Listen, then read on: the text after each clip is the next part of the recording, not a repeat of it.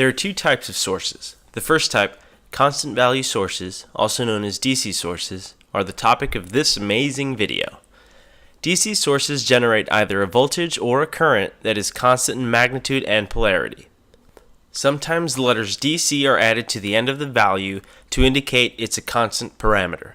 For example, a 1.5 volt battery generates a constant voltage of 1.5 volts DC. Thomas Edison pioneered work with constant sources when he greatly contributed to the development of the light bulb that led to what is today General Electric. The second type of source is called an alternating source. We'll discuss alternating sources in a future video.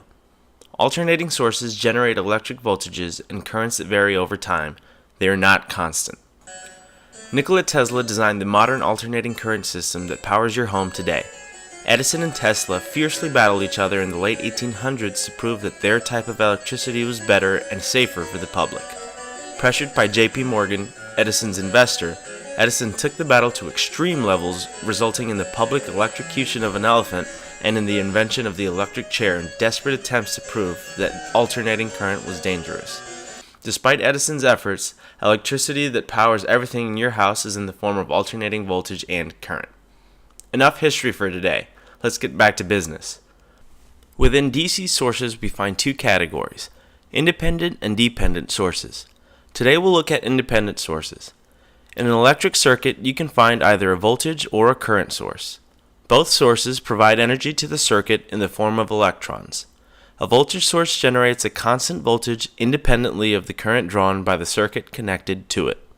For example, if you connect a battery first to a light bulb and then to a computer, the current flowing through the battery may be different for each configuration, but the voltage across the battery's terminals is always the rated value.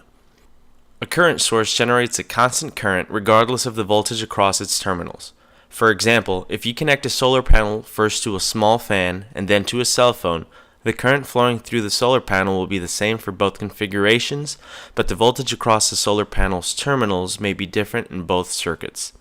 Solar panels do not behave exactly like ideal current sources, but for this example they are good enough. Current sources are implemented with transistors, a topic of electronic circuits that is beyond our scope of practice today. Voltage sources, like batteries, are the most common. As we know from our previous video, all components have a symbol, so let's look at the symbol for these sources. A voltage source is drawn as a circle with a plus and a minus sign showing its polarity. In this example, we have a 5 volt DC independent voltage source. We showed the symbol of a battery in our previous video and will repeat it here. The voltage value and its name are usually shown next to the symbol. Since a battery is a DC voltage source, either symbol can be used. The symbol of a current source is similar to the voltage one.